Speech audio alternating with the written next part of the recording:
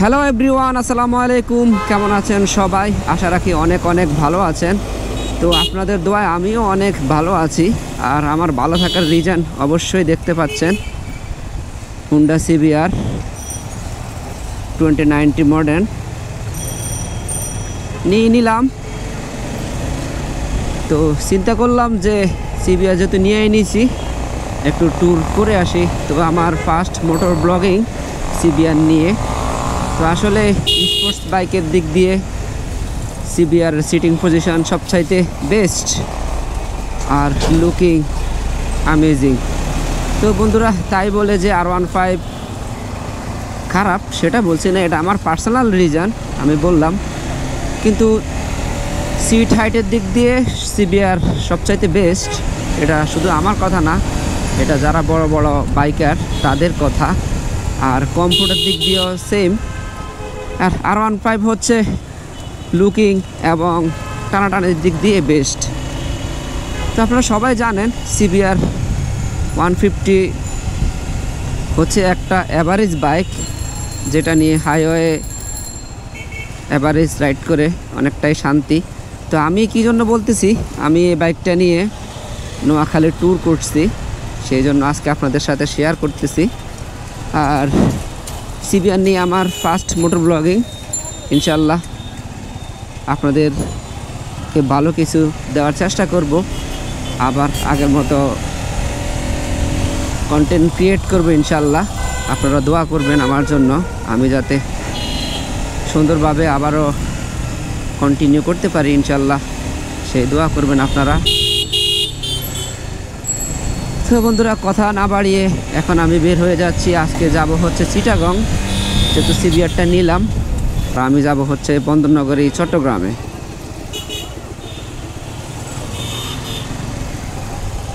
তো বন্ধুরা, আমি আছি হচ্ছে এখন ঢাকা মেডিকেল কলেজের সামনে, সানকারপুল হয়ে এদিক দিয়ে চলে যাব। তো আমি এখন সানকারপুল ফ্লাইওভারে উঠে গেছি।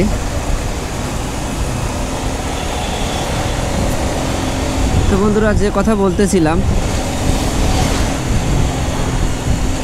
আজকে ফার্স্ট টাইম আমি সিবিআর নিয়ে যাচ্ছি লং ড্রাইভে। দোয়া করবেন সবাই, আমার সাথে থাকবেন, আর সবাই সাবধানে বাইক রাইড করবেন, সেফটি মেনটেন করে চলবেন ইনশাল্লাহ। আশা রাখি সবাই ভালোভাবে বাইক রাইড করবেন।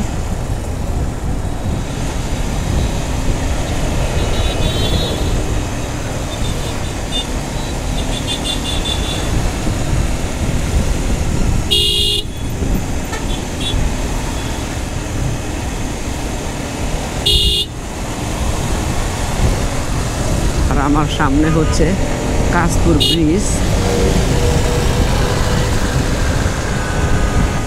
বন্ধুরা, আমি এখন চলে আসছি কাশপুর ব্রিজে।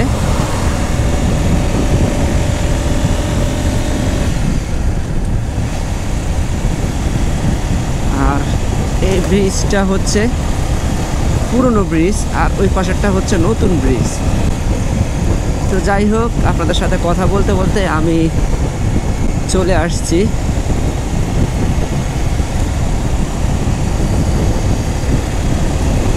কাশপুর ব্রিজে। এখন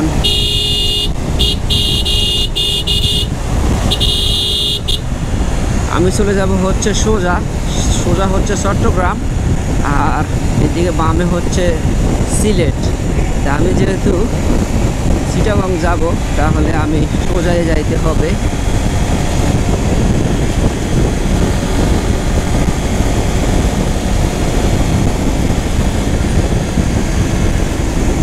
যাই হোক, কোনো প্যারা নিব না, চিল আর আস্তে ধীরে বাইক চালিয়ে যাব। কারণ আমি যখনই এই চট্টগ্রাম রোডে আসি, আমি খুব সাবধানতা অবলম্বন করে বাইক রাইড করি। কারণ এই রাস্তায় হচ্ছে বাংলাদেশের সবচাইতে বেশি যানবাহন এই রাস্তায় চলাচল করে। আর একটি কথা হচ্ছে, এই আপনার কুমিল্লা পর্যন্ত এই রাস্তাটাতে ঠিক উল্টো দিক থেকে অটো রিক্সা সিএনজিগুলা চলাচল করে। তো আপনারা যারা বাইকার আছেন এবং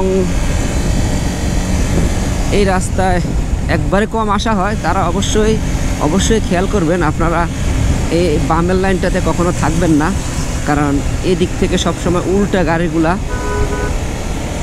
আসে। আপনারা সবসময় চিন্তা করবেন যে সবসময় ডাইনের লাইনে থাকার জন্য। আর এই একটা রাস্তা, যে রাস্তায় সার্ভিস লেন নাই, সেই জন্যই আর যারা হঠাৎ করে এই রাস্তা থেকে বের হয় ওরাও আসতে বাধ্য হয়, কেননা সার্ভিস লাইন না থাকার কারণেই সবাই উল্টো পথে আসে।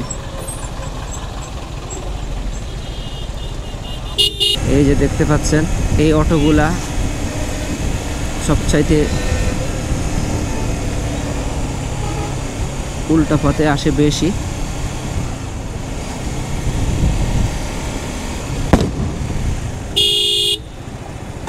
মারাত্মক লেভেলের ভয় পাইছি, যেহেতু এই গাড়িটির টায়ার বাস্ট হয়েছে, মনে হয় কে যেন বোম মারছে। মারাত্মক লেভেলের ভয় পাইছি গায়েস, বিশ্বাস করবেন, মানে আমার মনে হচ্ছে যে আমার সামনে কি একটা ঘটে গেল।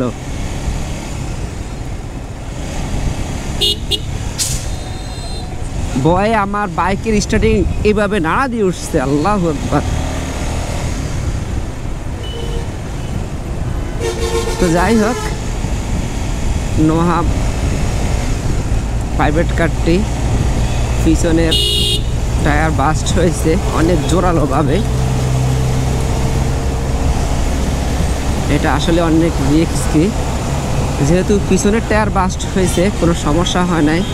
সেম রানিংয়ে যদি সামনের টায়ারটি বাস্ট হয় তখন অনেকটাই ঝুঁকি থাকে।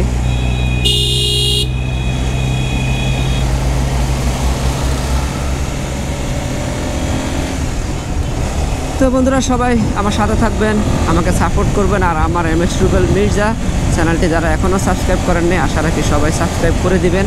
আর সাথে থাকা বেল বাটনটি চাপিয়ে রাখবেন যাতে আমার কোনো নোটিফিকেশন আপনাদের সামনে যায়।